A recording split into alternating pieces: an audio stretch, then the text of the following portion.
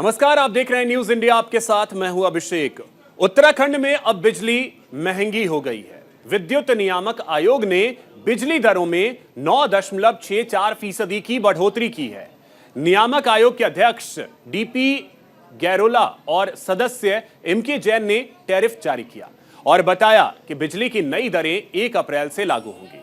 आपको बता दें कि इस साल वित्तीय वर्ष के लिए यूपीसीएल ने 16.96%, यूजेवीएएनएल ने करीब 2 और पिटकुल ने 9% बढ़ोतरी का प्रस्ताव दिया था।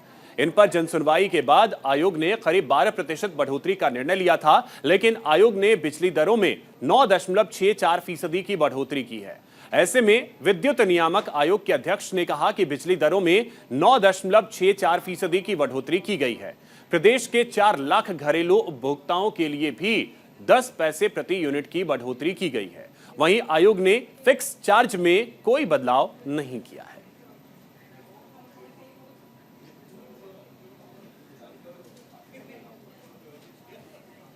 कंफ्यूजन लोगों को कि अगर 2 महीने का बिल जिनका आ रहा है, वैसे तो अब हमने इस बार के टैरिफ में उनको लिख दिया है कि आप पर मंथ बिल इशू करेंगे, लेकिन जो ये बात आ रही है कि साहब 2 महीने में हमें 100 यूनिट एक बार मिलती है, ऐसा नहीं है। अगर आप बिल कलेक्ट करोगे तो 100 यूनिट पर मंथ के हिसाब से, अगर 2 महीने का बिल आएगा तो आपको 200 यूनिट जो है वो 0 से 100 वाला जो रेट है उसके हिसाब से लगती हैं, इसलिए वो किसी को भी कोई नुकसान हो ही नहीं सकता उसमें।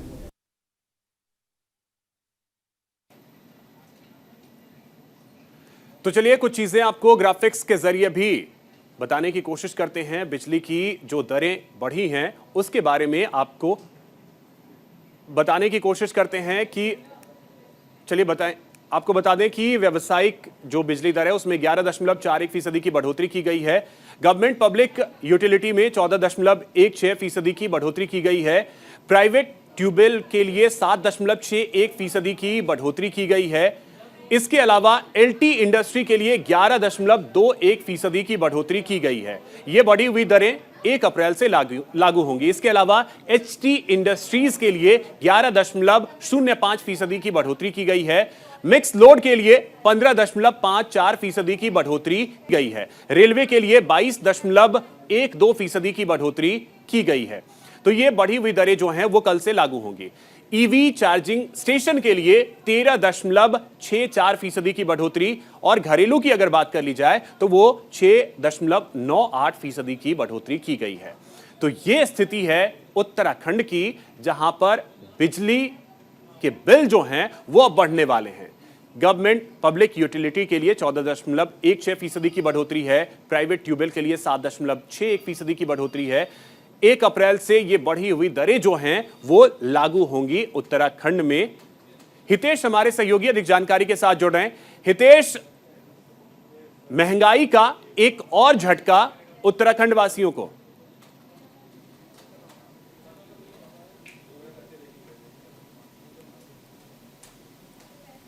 हितेश, आवाज मिल रही है आपको मेरी?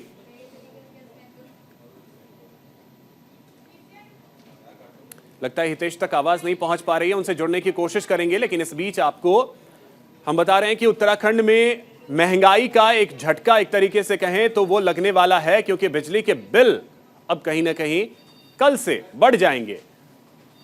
और आपको बता दें कि अलग अलग क्षेत्रों के लिए जो बढ़ोतरी की गई है, जो नई दरें हैं वो क्या हैं, वो हम आपको बता रहे हैं कि किस दर पे अब आपको बिजली जो है वो मिलेगी।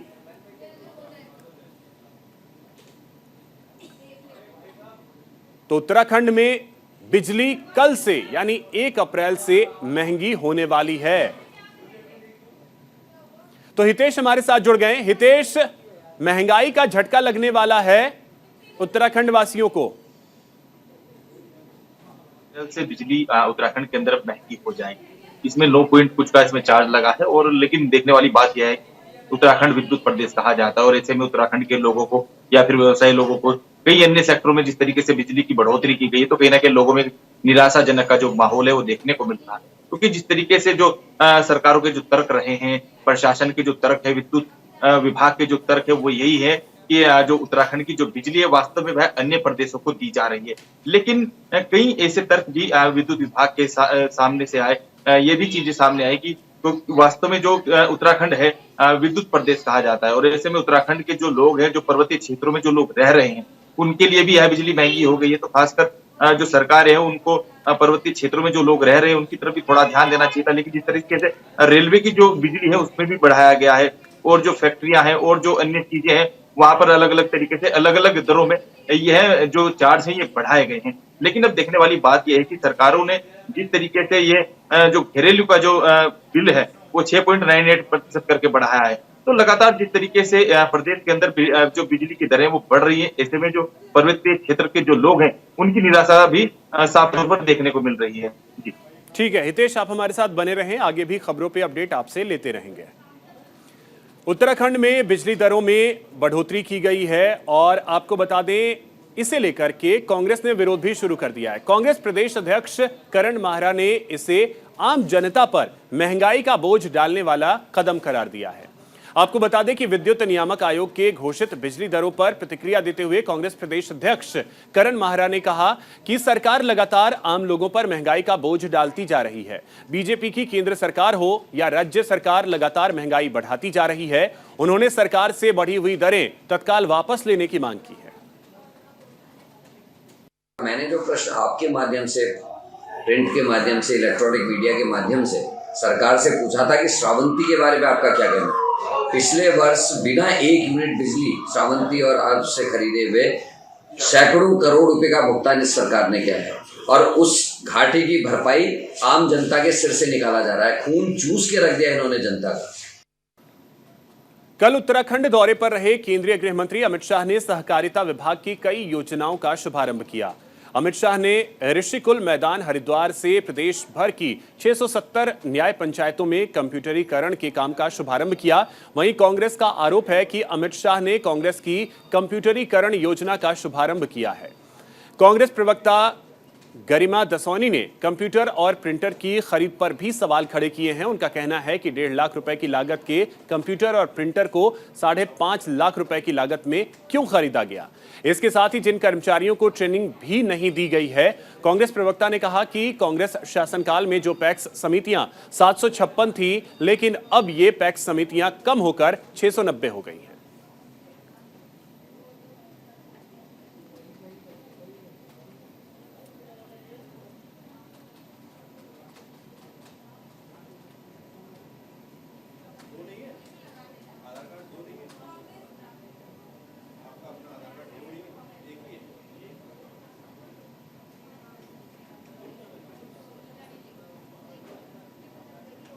तो आपको बता दें कि कर्मचारियों को ट्रेनिंग नहीं दी गई है, ये आरोप जो है वो कांग्रेस की तरफ से लगाए जा रहे हैं।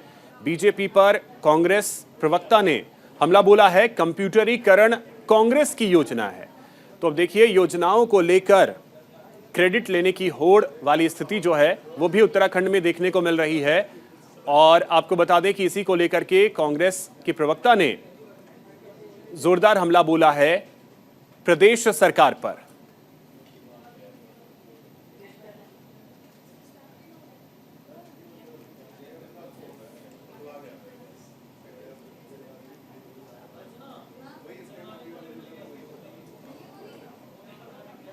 कंप्यूटरीकरण की आज बात हो रही है हरिद्वार के अंदर, उन तमाम पैक्स समितियों में कंप्यूटरीकरण कांग्रेस करके जा चुकी है। सवाल ये उठता है कि जो कंप्यूटर और प्रिंटर 1.5 लाख में आना था वो 5.5 लाख में क्यों आया, इसका जवाब अब राज्य सरकार को देना है। और कहीं ना कहीं अमित शाह जी बताएं कि जो लोग ये कंप्यूटर चलाएंगे पैक्स समितियों में, क्या वो ट्रेनिंग उनको मिल चुकी है, क्या डेटा अपलोड हो चुका है। 40-50 सालों का डेटा जो पैक्स समितियों का था, क्या वो अपलोड हो चुका है। और आप अगर इसको इंटरनेट से जोड़ने के लिए आए हैं तो हमारे गांव में तो 3G 4G है ही नहीं, तो इंटरनेट चलेगा कैसे, ये भी वो बताएं। तो अधिक जानकारी के साथ सहयोगी हितेश हमारे साथ जुड़ रहे हैं। हितेश, समझना ये चाहेंगे कि तेरी योजना मेरी योजना को लेकर के यहाँ पे खींचतान देखने को मिल रही है। जी बिल्कुल, देखिए काफी सारी ऐसी योजनाएं हैं जिसको लेकर कांग्रेस पार्टी लगातार बीजेपी सरकार पर हमला करती है। लेकिन जिस तरीके से अमित शाह का जो दौरा हरिद्वार में देखने को मिला, उसमें लगातार कंप्यूटर को लेकर एक हमला कांग्रेस ने किया है। उन्होंने कहा है कि जिस तरीके से 1 लाख रुपए का कंप्यूटर 5 लाख रुपए में यहाँ पर आ रहा है, ऐसे में इस तरह के घोटाले लेकर सामने आएंगे। क्या जो किसान है, किसानों के लिए क्या कुछ लेकर यहाँ पर आए हैं, लेकिन जिस तरीके से हर मामलों में यहाँ पर गड़बड़ झाले देखने को मिल रहे हैं, लगातार कांग्रेस पार्टी बीजेपी सरकार पर हमला कर रही है, लेकिन कहीं ना कहीं जिस तरीके से ये सब चीजें सामने आई है, क्योंकि कल जो अमित शाह का जो दौरा था वो बेहद ही जी हितेश बोलिए।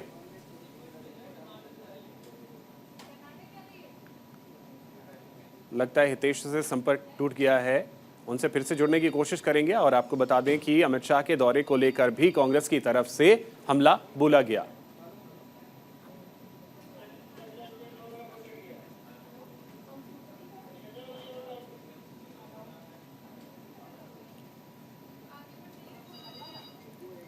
वही अब बात करते हैं उत्तराखंड में मौसम की। तो मौसम का मिजाज यहां एक बार फिर से बदला है। देर रात से ही लगातार बारिश हो रही है। मौसम विभाग ने अलर्ट भी जारी कर दिया है। हरिद्वार, देहरादून और लक्सर में अलर्ट जारी किया गया है। उत्तराखंड में एक बार फिर से मौसम का मिजाज बदला है। कई जगहों पर लगातार बारिश हो रही है। देर रात से ही यहां बारिश का दौर देखने को मिल रहा है। तो उत्तराखंड से यह बड़ी जानकारी, मौसम विभाग ने अलर्ट भी जारी किया है। देहरादून में चोटियों पर बर्फबारी भी हो रही है। हरिद्वार और लक्सर में जलभराव की स्थिति बन गई है। तापमान में गिरावट भी देखने को मिल रही है। और आपको बता दें कि भारी बारिश से किसानों की चिंता बढ़ गई है, क्योंकि फसलों को नुकसान पहुंचेगा। तो देखिए, हरिद्वार और लक्सर में बारिश से जलभराव की स्थिति बन गई है। लगातार बारिश का दौर जारी है। तो आपको बता दें कि कल देर रात से ही उत्तराखंड के कई इलाकों में भारी बारिश का दौर देखने को मिला है। और इस बारिश की वजह से फसल बर्बाद हो रहे हैं और किसानों की चिंताएं बढ़ रही हैं।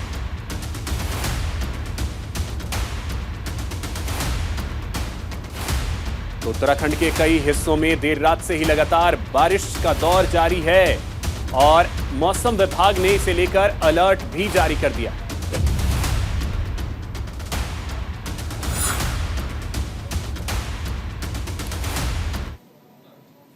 तो देखिए, लगातार जो बारिश हो रही है उसकी वजह से जो तस्वीरें सामने आ रही है वो तस्वीरें भी हम आपको दिखाते हैं। अलग अलग जगहों की तस्वीरें हैं। सबसे पहले आप तस्वीरों के जरिए देख सकते हैं हरिद्वार की ये स्थिति, जहां पे लगातार बारिश का दौर जारी है। हरिद्वार के बाद लक्सर की तस्वीरें हम आपको दिखा रहे हैं। लक्सर में भी लगातार बारिश का दौर देखने को मिल रहा है। साथ ही देहरादून की यह तस्वीर है। देहरादून के अलावा जो तस्वीर हम आपको दिखा रहे हैं वो विकास नगर की तस्वीर है। तो ये 4 शहरों की स्थिति हम आपको दिखा रहे हैं, जहां पर बारिश का एक तरीके से कहें तो कहर देखने को मिल रहा है। और ऐसे में सबसे ज्यादा चिंता जो बढ़ी है वो किसानों की, क्योंकि लगातार अगर इस तरीके से बारिश होती है तो उनकी फसलों को सबसे ज्यादा नुकसान पहुंचने वाला है, सबसे ज्यादा नुकसान पहुंच रहा है। हरिद्वार में लगातार बारिश हो रही है, लक्सर में लगातार बारिश हो रही है। इसके अलावा देहरादून और विकास नगर में लगातार बारिश का दौर देखने को मिल रहा है। और इस बारिश की वजह से चिंताएं जो हैं वो बढ़ती जा रही है। सहयोगी हितेश हमारे साथ जुड़े हुए हैं, संजय भी हमारे साथ जुड़े हुए हैं। हितेश, सबसे पहले देहरादून की स्थिति आपसे जानना चाहेंगे, वहां इस समय मौसम का क्या हाल? जी बिल्कुल, देखिए उत्तराखंड की राजधानी देहरादून में लगातार पिछले 12 घंटे से बारिश का माहौल है और यहाँ पर जो अधिकतर जो जगह है वो जलमग्न है। ऐसे में जो आपदा प्रबंधन क्षेत्र है वो भी वहां पर लगातार एनडीआरएफ और एसडीआरएफ की जो टीम है वहां पर लगा दी गई है। लगातार मुख्यमंत्री भी अलर्ट मोड पर है। उन्होंने साफ तौर पर सभी अधिकारियों को निर्देश करते हैं कि किसी भी परिस्थिति में हमें कोई भी ऐसी चीजें नहीं करनी है जिससे आम जन को किसी हानि का सामना करना पड़े। तो लगातार जिस तरीके से 12 घंटे से राजधानी देहरादून में बारिश हो रही है तो कहीं ना कहीं उससे प्रशासन और शासन दोनों अलर्ट मोड पर है। जी ठीक है। संजय, आपसे जानना चाहेंगे कि हरिद्वार की क्या स्थिति है? आप तो इस समय छाता लगा के ही खड़े हैं, ऐसा लग रहा है बारिश अभी भी हो रही है। देखिए अभिषेक, आपको बता दें उत्तराखंड में मौसम विभाग की भविष्यवाणी एक बार फिर सही साबित हुई है। उत्तराखंड के कई जनपदों में लगातार बारिश हो रही है। पहाड़ों में जहां एक और बारिश है तो वहीं मैदानी जिलों में भी लगातार बारिश से जो आम जीवन है वो पूरी तरह प्रभावित है। अगर हरिद्वार के शहरी क्षेत्र या फिर ग्रामीण क्षेत्रों की बात की जाए तो तमाम जगह ही देर रात से बारिश हो रही है। और इस वक्त यहाँ हरिद्वार में भी लगातार बारिश होने से जो फैक्ट्री में काम करने वाले लोग हैं, कर्मचारी हैं, उन्हें खासी परेशानी का सामना करना पड़ रहा है। दूसरी ओर जहां फैक्ट्री के कर्मचारी परेशान है तो वहीं लगातार बारिश हो रही से जो किसान लोग हैं वो भी बेहद चिंतित है, क्योंकि उनकी फसल लगातार बर्बाद होती दिखाई दे रही है। बेमौसम हो रही बारिश से लगातार वो बेहद चिंतित है, क्योंकि वो पूरे साल मेहनत करते हैं, अपनी रोजी रोटी के लिए फसल उगाते हैं, तो ऐसे में उनके लिए भी काफी दिक्कत हो रही है। और कहा जा सकता है कि लगातार हरिद्वार जिला प्रशासन भी पूरी तरह तैयार है, क्योंकि हमने देखा है कि हरिद्वार के जो जिला अधिकारी विनय शंकर पांडे हैं, वो लगातार आपदा की जो अफसर है, आपदा के जो अधिकारी हैं, उनके साथ लगातार बैठक कर रहे हैं, क्योंकि जब पहाड़ों में लगातार बारिश होती है तो उसका सीधा सीधा असर मैदानी जिलों में दिखाई देता है। अगर लक्सर क्षेत्र की बात की जाए तो वहां भी लगातार बारिश होने से जो गंगा से लगता हुआ क्षेत्र है, वहां लोगों को चिंता बढ़ी हुई है। अभिषेक, साथ ही हितेश आपसे भी समझना चाहेंगे, देखिए स्थिति जो है वो धीरे धीरे विकराल होती है और बारिश का दौर कल देर रात से ही चल रहा है। सबसे ज्यादा चिंता अगर किसी की बढ़ी होगी तो वो किसानों की बढ़ी होगी, तो उसके बारे में अगर कुछ अपडेट आप देहरादून से दे पाएं। जी बिल्कुल, देखिए जो तराई का जो क्षेत्र और जिन लोगों ने गेहूं की फसल लगाई हुई है, मान के चला जाए कि उनका तो 60% नुकसान किसानों को देखने को मिला है, क्योंकि जिस तरीके से इस बेमौसम बरसात ने किसानों की चिंता बढ़ा दी है, लगातार गेहूं की फसल बर्बाद किसानों की हो रही है, तो उसी को देखते हुए सरकार को भी इन किसानों की तरफ देखना चाहिए, कुछ ठोस कदम उठाने चाहिए। लेकिन जिस तरीके से अगर हम उधम सिंह नगर की बात करें, हरिद्वार की बात करें, देहरादून की बात करें, या फिर हम विकास नगर की बात करें, तराई के जितने भी क्षेत्र है, मतलब पश्चिमी यूपी का भी कुछ हिस्सा जो बारिश की जद में है, तो लगातार यही कहा जा सकता है, क्योंकि जिस तरीके से पर्वतीय क्षेत्रों में लगातार बर्फबारी बढ़ रही है, तो वही तराई के क्षेत्र में लगातार बारिश का माहौल बन रहा है। तो जिस वजह से जो खासा दिक्कतों का जो सामना करना पड़ रहा है, वो तराई के जो क्षेत्र किसान है, उनको सबसे ज्यादा इस बारिश का नुकसान यहाँ पर हुआ है। जी ठीक है, चलिए बहुत शुक्रिया हितेश आपका तमाम जानकारी के लिए। संजय आपका भी बहुत शुक्रिया तमाम जानकारी के लिए। इसी बीच आपको बता दें, बढ़ती गर्मी को लेकर रेलवे विभाग का एक बड़ा फैसला भी देखने को मिला है। लक्सर से जाने वाली ट्रेनों में बदलाव किया जाएगा। 4 ट्रेनों में एसी कोच लगाने का फैसला लिया गया है। पहले भी 14 ट्रेनों में एसी कोच लगाए गए। यात्रियों की परेशानी को ध्यान में रखते हुए यह फैसला लिया गया है। तो ये बड़ी खबर आपको बता रहे हैं, लक्सर जाने वाली ट्रेनों में 4 ट्रेनों में एसी के कोच जो हैं वो ऐड किए जाएंगे। तो ये बड़ी खबर, पहले भी 14 ट्रेनों में एसी कोच लगाए गए और अब एक बार फिर से एसी कोच लगाने को लेकर फैसला लिया गया है। यात्रियों की जो परेशानी है उससे लेकर विभाग गंभीर है और इसी की वजह से रेलवे ने बड़ा फैसला लिया है, क्योंकि कुछ दिनों में गर्मी का प्रकोप भी दिखना शुरू हो जाएगा और ऐसे में लक्सर से जाने वाली ट्रेनों में बदलाव किया जाएगा।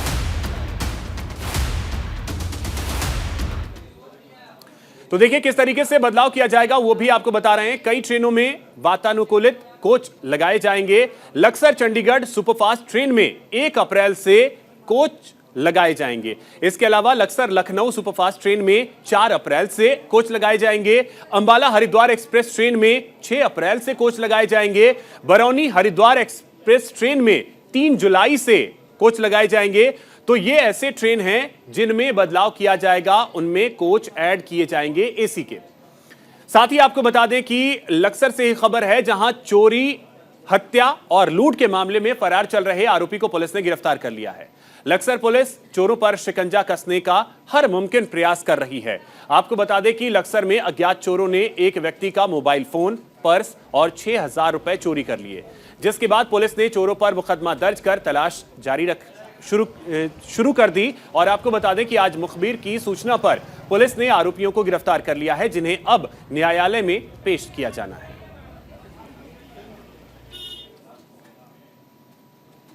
मेयर सुनील उनियाल गामा ने देहरादून में प्रेस कॉन्फ्रेंस की और खुद पर लगाए आय से अधिक संपत्ति के आरोप का विरोध किया और कहा कि मैंने अपनी संपत्तियां बेची और संपत्तियों की दरें बढ़ी, जिसका मुझे मुनाफा मिला। मैंने 18 साल की उम्र से काम शुरू किया। मेयर सुनील उनियाल गामा ने कहा कि मेरा कोई पेट्रोल पंप नहीं है, मैंने सारी संपत्तियां घोषित की हुई हैं, मैंने 1,25,00,000 का लोन भी ले रखा है। मैंने चुनाव में घोषित करी 2 करोड़ की संपत्ति, आज आप कह रहे हैं 5 करोड़ की संपत्ति हो गई है ना। जो वो आप मार्केट वैल्यू वो आप मार्केट वैल्यू के हिसाब से कह रहे हैं कि 20 करोड़ की होगी, 50 करोड़ की होगी, 100 करोड़ की होगी। मेरी पत्नी नौकरी करती है, मेरी बेटी जो है, जिसके लिए हमारे मित्रों ने भी बहुत आरोप लगाए, मेरी बेटी इस समय लंदन में, वो वहाँ जॉब कर रही है। मेरा बेटा भी जो है एमटेक है, वो भी काम धंधा कर रहा है। तो इस तरीके से आप ये मत कहिए कि मेयर की जो है कोई सैलरी नहीं है तो मेयर के पास पैसा कहाँ से आ रहा। तो मेयर के जो बच्चे हैं, मेयर का जो परिवार है, वो काम धंधा कर रहा है, उससे मेरी इनकम हो रही है। खबर लक्सर से ही है, जहां स्वच्छता अभियान के तहत नगर में सफाई अभियान चलाया गया। इस दौरान अधिशासी अधिकारी चंद्रशेखर शर्मा और नगर पालिका चेयरमैन ने संयुक्त रूप से हरी झंडी दिखाकर कार्यक्रम की शुरुआत की और कहा कि साफ सफाई में महिलाओं ने महत्वपूर्ण भूमिका निभाई। दोनों अधिकारियों ने मस्तान मसाल मार्च कार्यक्रम की शुरुआत भी की। इस दौरान उन्होंने जीरो वेस्ट इन्वेस्टमेंट को नुक्कड़ नाटक के माध्यम से लोगों को दिखाया। देखिए, स्वच्छता सर्वेक्षण 2023 के अंतर्गत स्वच्छोत्सव का आयोजन संपूर्ण देश में किया जा रहा है, जिसकी थीम है वुमेन लेड सैनिटेशन, यानी कि महिलाओं के नेतृत्व में स्वच्छता। और उसी के अंतर्गत सभी निकायों में संपूर्ण प्रदेश स्तर पर, भारत स्तर पर जो है स्वच्छता मशाल यात्राएं आयोजित की जा रही हैं, जिसका मुख्य उद्देश्य है लोगों को स्वच्छता के प्रति और सोर्स एग्रीगेशन और सैनिटेशन के प्रति जागरूक करना। उसी के क्रम में नगर पालिका परिषद लक्सर का भी यही प्रयास है कि हम अपनी यात्रा के जरिए लक्सर नगर के क्षेत्र के लोगों को जागरूक करें। कि हमारा सबसे पहला उद्देश्य ये है कि हमारा नगर स्वच्छ रहे, स्वस्थ रहे। जब हमारा नगर स्वच्छ रहेगा, स्वस्थ रहेगा, हमारा प्रदेश साफ सुथरा रहेगा, तो मैं समझता हूँ कि इससे हमारी अनेक बीमारियां, हम स्वस्थ इसीलिए रह पाएंगे जब हमारा सबका एक योगदान होगा। और ये स्वच्छता जो है ये सभी के सहयोग से चलती है, न कि किसी एक कर्मचारी के, न किसी एक आदमी के। ये सब लोगों का, पूरे समाज का सहयोग मिले, स्वच्छ भारत रहेगा। लक्सर में सुलानी पुल के पास एक बार फिर खनन सामग्री से भरे ट्रैक्टर ट्रॉली के खाई में पलटने का मामला सामने आया, जिसमें ट्रैक्टर ट्रॉली के नीचे दब जाने से ट्रैक्टर चालक की मौके पर ही दर्दनाक मौत हो गई। आपको बता दें कि मंगलौर निवासी ट्रैक्टर चालक ट्रॉली में खनन सामग्री भरकर अपने गांव जा रहा था। इसी दौरान हादसे का शिकार हो गया। भोगपुर से लारदाजी बजरी और रात ये 1:30 पौने 2 बजे का किस्सा। इसे झपकी लगी, क्या हुआ, ये ट्रैक्टर इसका झपकी लगी, इधर गिर गया। अच्छा, रात ये जेल वगैरह खत्म होगा बजरी, मतलब वो इसे निकालना भी 20 मिनट के बाद वो पता चला कि हम मार लिए। इसे निकालना तो इसे बजरी में तो बाहर निकालना।